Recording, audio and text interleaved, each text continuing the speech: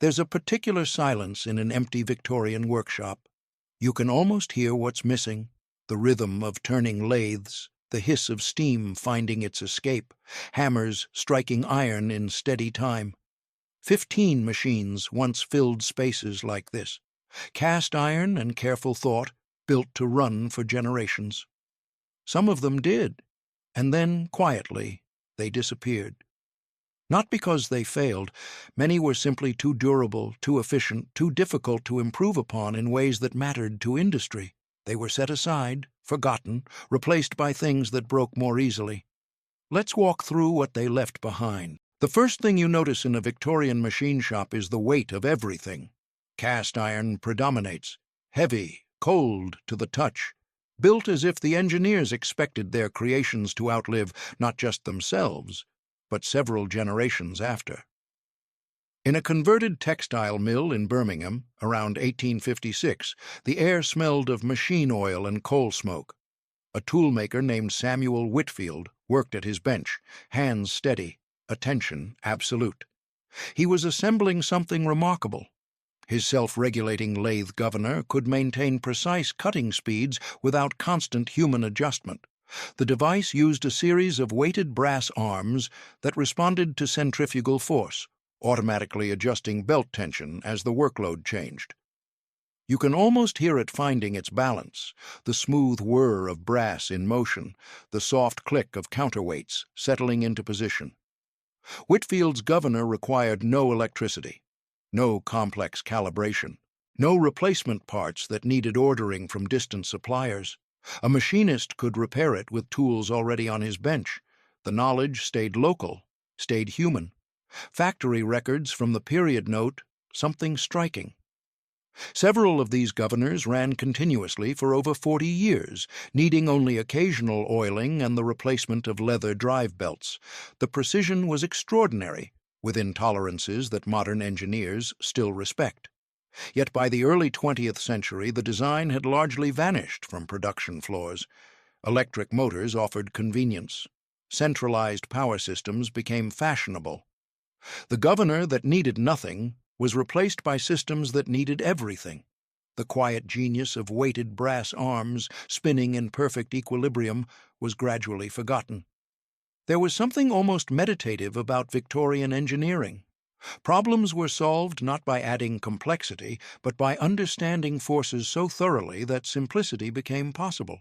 Consider the hydraulic accumulator developed by William Armstrong in Newcastle during the 1850s.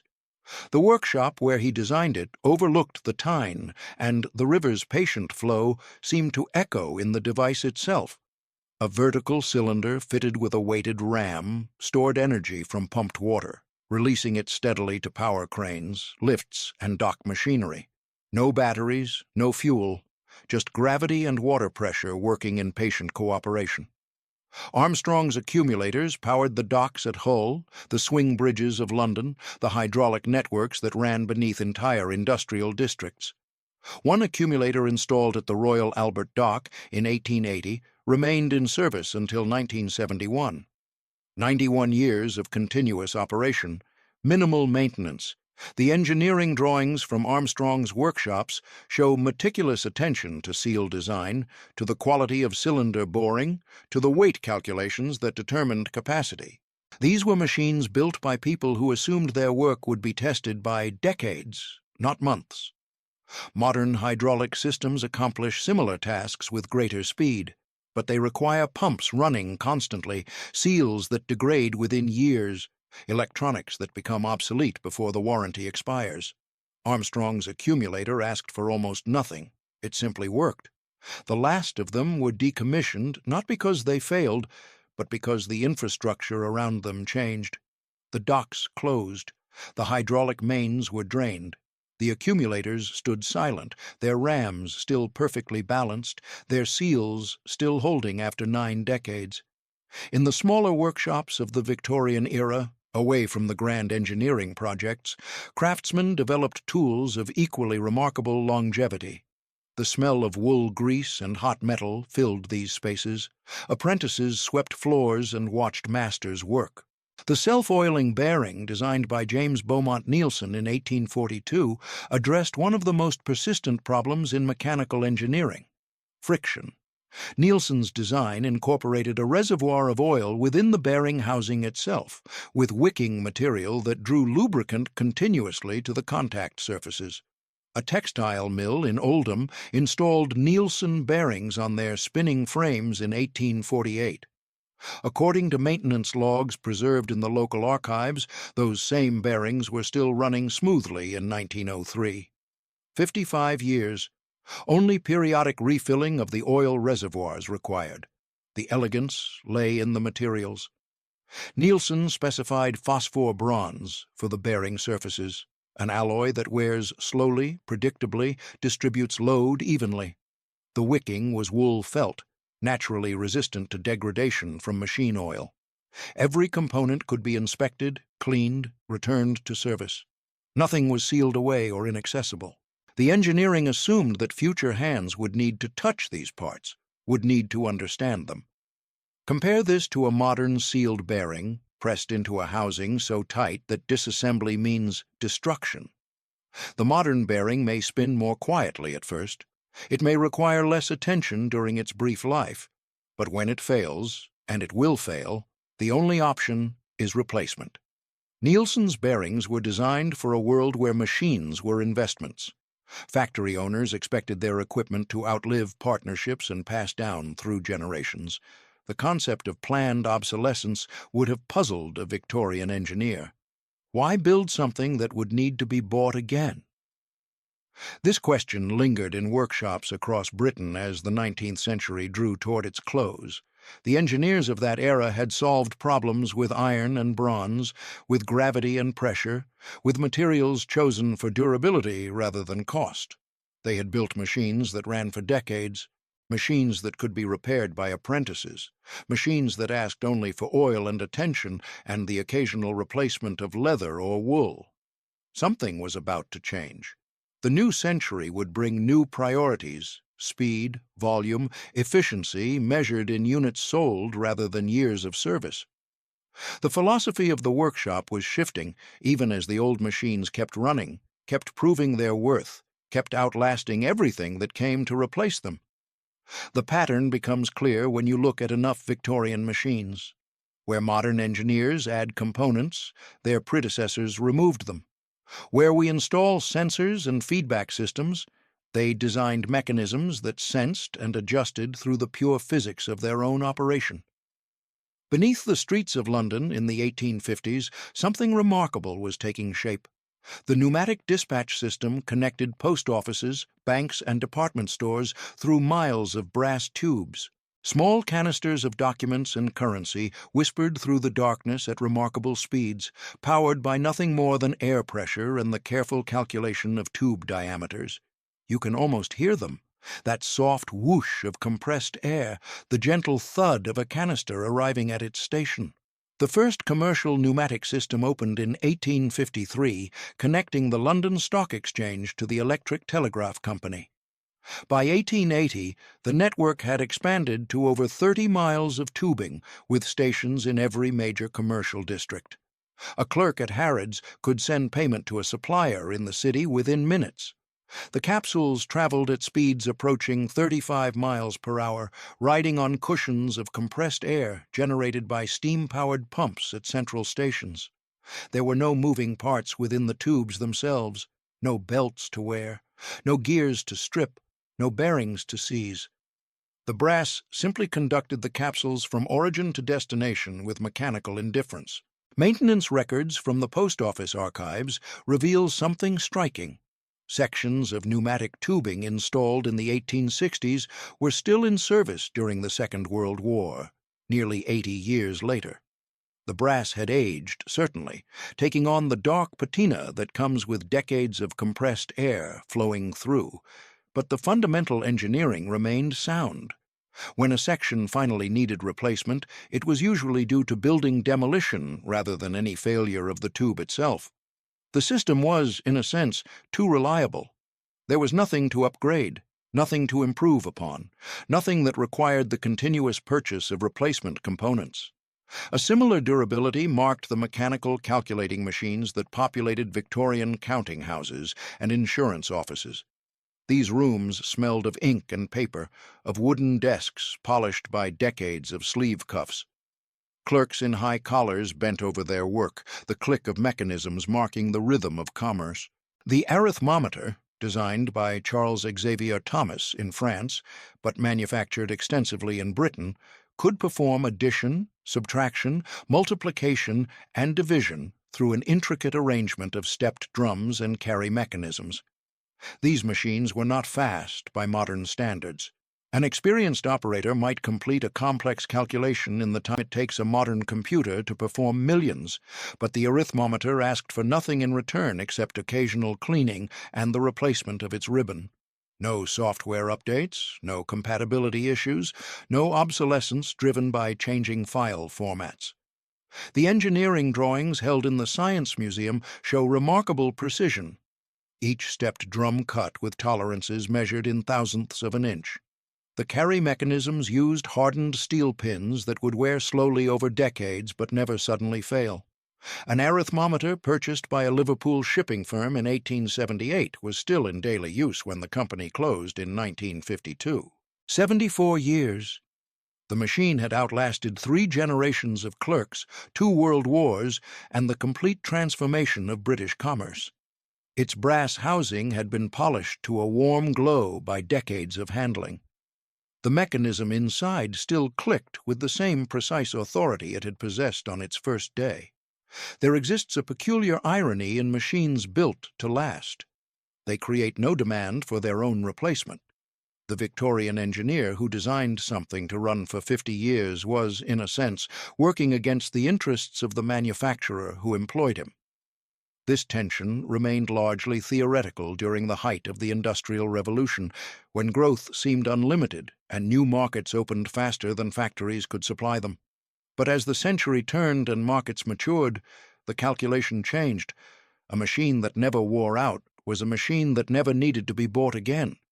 Industry began to view durability as a problem rather than a virtue. The Stirling engine illustrates this shift with particular clarity. In a workshop in Edinburgh, 1816, Robert Stirling assembled an external combustion engine that used the expansion and contraction of a sealed gas to generate power. The design was elegant. No explosions, no valves, no spark plugs, no fuel pumps. A Stirling engine could run on any heat source: coal, wood, focused sunlight, even the warmth of a human hand in small demonstration models. The moving parts were few and operated at low speeds, reducing wear to almost nothing. A well-built Stirling engine could theoretically run for centuries, its sealed cylinder maintaining the same charge of working gas indefinitely. Yet the Stirling engine lost the competition with internal combustion, not because it was inferior.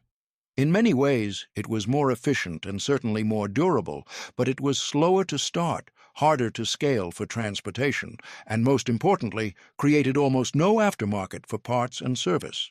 The internal combustion engine, with its hundreds of components subject to wear, its need for regular oil changes and tune-ups, its tendency to require complete replacement every decade or so, this proved more attractive to an industrial economy measuring success in units sold rather than years of service. The workshops where these calculations were made have largely vanished now. The drawing offices with their sloped desks and brass ruling pens, the pattern shops where wooden models preceded each iron casting, the fitting halls where skilled hands assembled machines that would outlast the men who made them. These spaces exist mostly in photographs now.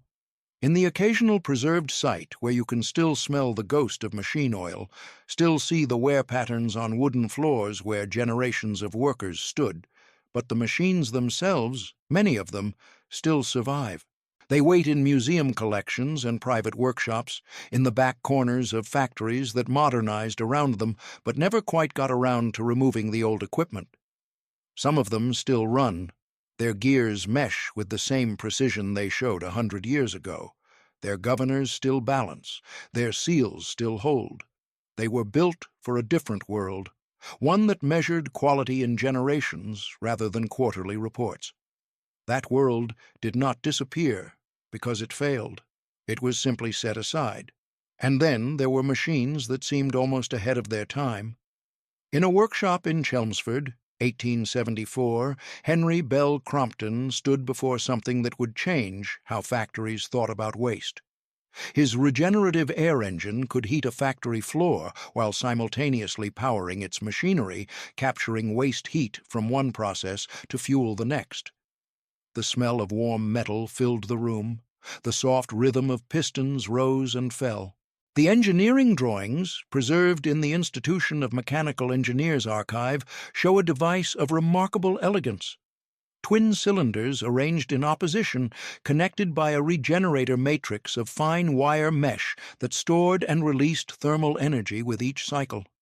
Crompton's notes describe the almost musical rhythm of the engine in operation, pistons rising and falling in counterbalance, waste heat becoming useful work, becoming waste heat again, an endless, efficient loop. You can almost hear it breathing. A textile mill in Huddersfield installed one of Crompton's engines in 1879. The factory manager, a meticulous man named Harold Ashworth, kept detailed records of fuel consumption before and after installation. Coal usage dropped by nearly 40%. The workshop floor, previously cold enough to see your breath on winter mornings, became comfortable year-round. Workers arrived earlier and stayed later, simply because the building was pleasant to occupy. The shift whistle meant something different when you weren't dreading the cold. The engine ran for 37 years before the mill converted to electric power. Not because the Crompton engine had failed, it hadn't, but because the electrical grid made steam generation unnecessary. The engine was dismantled and sold for scrap. The wire mesh regenerator, still perfectly functional, was melted down for the war effort in 1917. It's hard not to feel something when you read accounts like this. Machines that worked exactly as intended, that solved exactly the problems they were designed to solve, were removed not for their shortcomings, but for their irrelevance to changing infrastructure. The Crompton engine didn't fit into a world of centralized power generation. Its efficiency was local, personal, tied to a specific building and a specific workforce. Mass electrification preferred standardization over optimization, uniformity over ingenuity. What worked best for one factory mattered less than what worked acceptably for all factories. The automatic temperature regulator developed by Andrew Barclay of Kilmarnock demonstrates a similar fate. In the foundries where Barclay's device found its home, the heat was constant and the stakes were high. Molten iron doesn't forgive inconsistency. The men who worked these furnaces, faces reddened by proximity to fire, leather aprons scarred by sparks, needed reliable temperature control. Barclay's device used the expansion and contraction of a brass rod to control dampers in industrial furnaces, maintaining consistent temperatures without any human intervention. The physics were beautifully simple. Brass expands predictably when heated. A rod of precise length, connected to a lever system, could open or close air vents with remarkable accuracy. Foundries using Barclay regulators reported consistent casting quality that manual operation could never match. The rejected castings dropped. The fuel efficiency improved.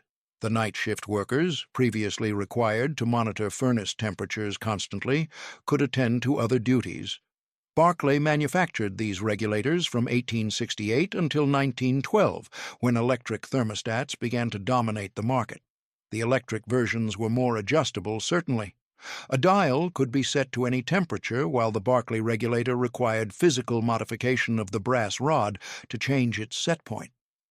But the Barclay required no electricity, no calibration, no batteries, no wiring.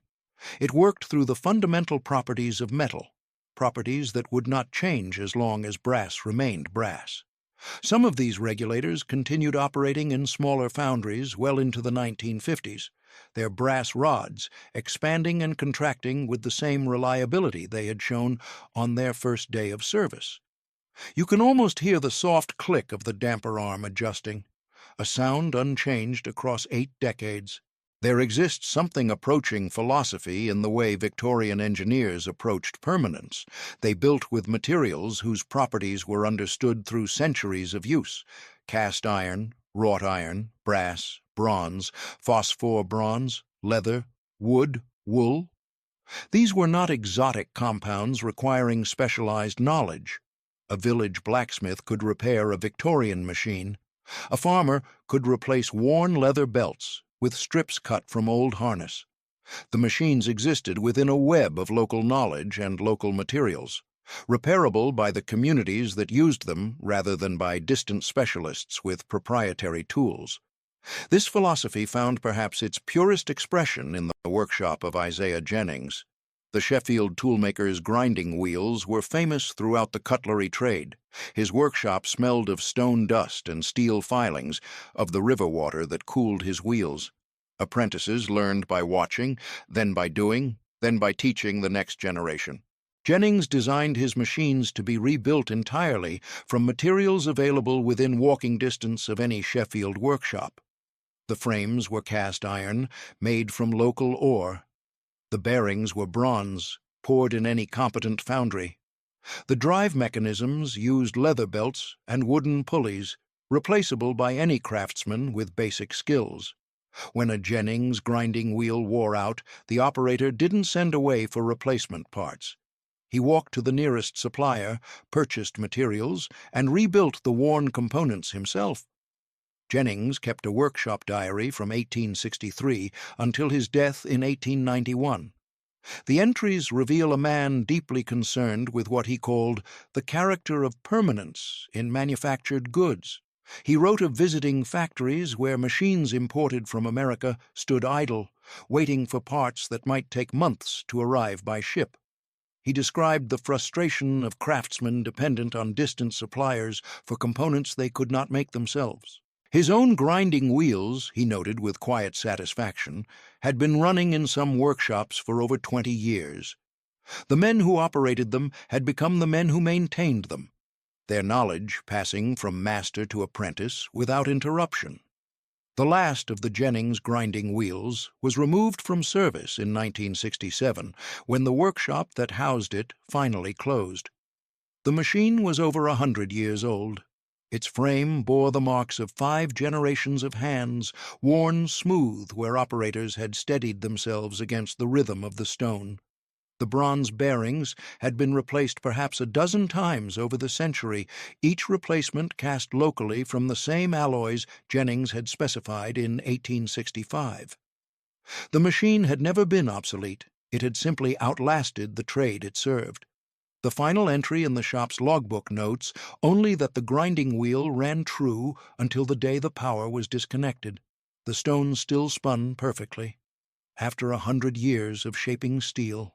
The grandest machines make the most impressive stories, but the Victorian era also produced devices of quieter purpose, tools meant for workshops and homes rather than factories and foundries. In parlors across Britain, the domestic sewing machine hummed its steady rhythm. These were not the flimsy plastic machines that populate modern craft stores. They were built from cast iron and steel, with hand-fitted components that moved with the smooth authority of precision engineering. The weight of them alone suggested permanence. A well-maintained Victorian sewing machine could stitch through leather as easily as silk. You can almost feel the cool iron under your palm, the satisfying resistance of the hand wheel turning. The survival rate of these machines tells its own story. Antique dealers still find Victorian sewing machines in working condition, their mechanisms requiring only cleaning and fresh oil to resume operation after decades of storage. The paint may be chipped, the decals may have faded, but the gears still mesh, the tension systems still balance. The needles still find their marks with the same accuracy they showed when Queen Victoria sat on the throne. Women passed these machines down through generations, mothers teaching daughters, grandmothers guiding granddaughters, hands placed over hands to demonstrate the proper rhythm of the treadle. The machines became family heirlooms, not through sentiment alone, but through continued usefulness. A machine that still works is never truly old. Similarly durable were the mechanical bread slicers that once occupied bakery counters across Britain. Before the standardized loaves of modern supermarkets, bread came in irregular shapes that required skilled cutting. The warm smell of fresh loaves filled these shops. Flour dust caught the morning light. The bread slicers, designed by James Ramsay of Glasgow, solved this problem with an elegance that still impresses. A weighted lever, a precisely ground blade, a simple guide system. These components work together to produce uniform slices without electricity, without maintenance beyond occasional sharpening, without any part that could not be repaired by a competent metal worker. Bakeries that installed Ramsay slicers in the 1880s were often still using them when rationing ended after the Second World War. 60 years of daily use, thousands of loaves, the same blade resharpened countless times, but never replaced. The repair culture of the Victorian era extended far beyond professional workshops. Households kept tool kits adequate for basic machinery maintenance. Schools taught mechanical principles as fundamental literacy. The assumption embedded in every manufactured object was that someone, somewhere, would need to take it apart and put it back together. This assumption shaped design decisions at every level. Screws were standardized so that common tools could remove them. Worn parts were designed to fail predictably in ways that made diagnosis simple. The relationship between maker and user was not one of dependency, but of shared competence. An engineer named William Fairbairn wrote extensively about this philosophy in the 1860s. His books on millwork and machinery construction emphasize over and over the importance of accessibility. Every component should be reachable. Every adjustment should be possible without specialized equipment. The machine should teach its operator how it works through the very logic of its construction. Fairbairn believed that a well-designed machine was a kind of education. Using it properly required understanding it deeply, and this understanding was itself a form of respect between the maker and the user. This respect manifested in small details that modern manufacturing rarely considers. Victorian machines often included instructional plates riveted directly to their frames, explaining operating procedures and maintenance schedules in clear language. Spare parts were designed to be interchangeable across model years, sometimes across decades. The assumption was that the machine would outlive the company that made it, that future repairs would be performed by people who had never met its designers, that the knowledge needed to keep it running should be embedded in the machine itself rather than locked away in proprietary manuals. The shift away from this philosophy happened gradually, then suddenly. Planned obsolescence, the deliberate design of products to fail or become unfashionable within predictable timeframes, emerged as an explicit manufacturing strategy in the early 20th century. What had been an unstated assumption of Victorian engineering, that durability was a virtue, became instead a problem to be solved. Industries that had once competed on quality began competing on volume. The machine that lasted forever was bad for business. There is no villain in this story, no conspiracy of industrialists who secretly agreed to build worse products. The change happened through countless individual decisions, each reasonable in its own context. Cheaper materials reduced costs, faster production increased output, standardization enabled mass manufacturing. Each step made sense. The cumulative effect was a world in which the machines that surround us are designed to be replaced rather than repaired, to be discarded rather than understood, to serve briefly rather than permanently. But the old machines remain. They wait in museums and private collections, in the back corners of workshops that modernized around them, in the attics of families who never quite got around to throwing away grandmother's sewing machine. Some of them still work. Their gears turn with the same precision they showed a century ago. Their frames bear the weight of generations, worn smooth where hands steadied themselves against the rhythm of work. Perhaps what they represent is not merely a different approach to manufacturing, but a different relationship between people and the objects they create. The Victorian engineer, who designed a machine to last 50 years, was making a promise to people he would never meet.